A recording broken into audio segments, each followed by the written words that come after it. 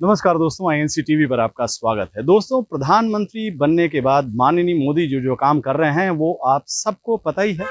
अपने कामों की कड़ी को आगे बढ़ाते हुए अब वो एक और काम करने में जुट गए हैं। वो काम है सरकारी स्कूलों को बेचना। जी हाँ, माननीय मोदी जी पूरे देश में सरकारी स्कूलों की शैक्षणिक गुणवत्ता बढ़ाने के लिए उन्हें बेचने जा रहे हैं।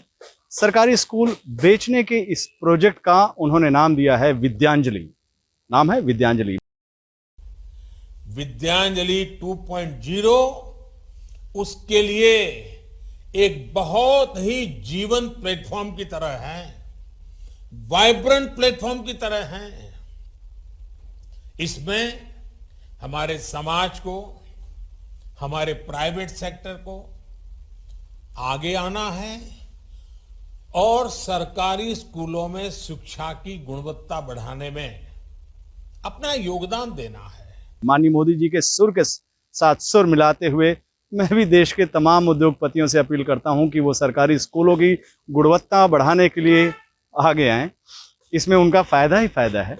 ज़्यादातर सरकारी स्कूल शहर के बीचों बीच है और हर स्कूल के पास अच्छी खासी ज़मीन है। मतलब बीच शहर में कौड़ियों के भाव करोड़ों की ज़मीन। स्कूल का 2-3 बीघे में प्लेग्राउंड, 20-25 कमरे, लंबी चौड़ी पार्किंग की जगह भी। शिक्षा की गुणवत्ता बढ़ाने के लिए कीजिए सबका इस्तेमाल। खाली जमीन पर मॉल बनाइए, कटरा खोलिए, निजी अस्पताल खोलिए, प्राइवेट मेडिकल और इंजीनियरिंग कॉलेज खोलिए, और भी कुछ जो करना हो कीजिए। बस सरकार से स्कूल को टेक ओवर करते समय थोड़ा ठीक से डील कर लीजिएगा, काम हो जाएगा। अपनी सरकार बड़े ओपन माइंड वाली सरकार है और सरकारी चीज़ों को बेचने के लिए वो खास तौर पर अपने जैसे ही लोगों को तैनात करते हैं। गांव देहात, दूर दराज के इलाकों में जाने की कतई ज़रूरत नहीं है। वहाँ के मार्केट में पैसा है ही नहीं। नौकरी पूरे देश से ख़त्म हो गई। वहाँ कहाँ होगी नौकरी? आप यहाँ सरकारी स्कूलों में शिक्षा की गुणवत्ता बढ़ाकर क्या करेंगे? अडानी जी की तरह मेन एयरपोर्ट और स्टेशन पर फोकस कीजिएगा। वैसे ही सरकारी स्कूल की बोली लगाइएगा जहाँ स्कोप ज़्यादा है। देश में बेरोजगार की आपको पता है स्थिति क्या है। और सरकारी स्कूल में पढ़ाई लिखाई की कतई चिंता मत कीजिएगा। पब्लिक स्कूल के स्टाइल में ड्रेस कोड ठोक दीजिएगा, जूते के ब्रांड पर नज़र रखिएगा और अपने ही प्रकाशन से छवि किताबें कापी बेचिएगा। 80-90% बच्चे तो ऐसे ही कट लेंगे। बाकी जो बचेगा उनके एक कमरे में बिठाकर बाकी कमरे खाली करा लीजिए। उन कमरों को देश के उद्योग जगत के विकास के लिए इस्तेमाल कीजिएगा। और बच्चों की पढ़ाई लिखाई के लिए ज़्यादा टीचर की भी ज़रूरत नहीं है। हमारी साहब बहादुर के राज में व्हाट्सएप यूनिवर्सिटी गजब का ज्ञान बिखेर रही है। सब बच्चों को स्मार्टफोन अनिवार्य कर देना है। आगे आने के लिए व्हाट्सएप यूनिवर्सिटी के प्रोफेसर ही हैं। डिग्री बांटने का धंधा भी चोखा है। अभी आपको पता है ना, हिमाचल बीजेपी के पूर्व मुख्यमंत्री इस फील्ड के मास्टर आदमी हैं।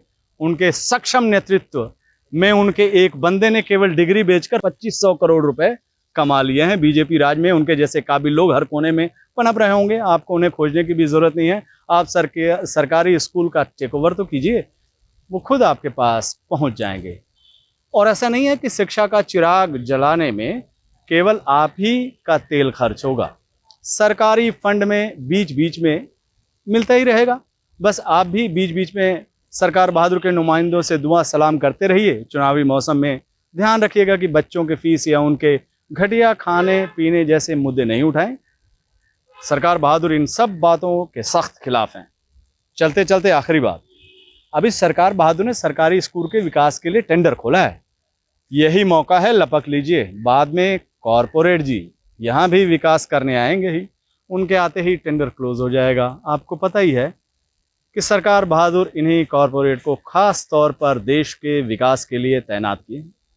एयरपोर्ट दे दिया, रेल दे दिया, पेट्रोल गैस का पहले से ही विकास कर रहे जो लोग हैं वो देख ही लिया आपने। सरसों की तेल की जो पिराई अडानी जी कर रहे हैं वो भी देख रहे हैं। इन सब से फुर्सत पाकर जब ये लोग आपको दस्तक देंगे ही, तब तक आपके लिए मौका है, लपक लीजिए। बाद में सरकार बहादुर को कोसने से कुछ हासिल होना नहीं है।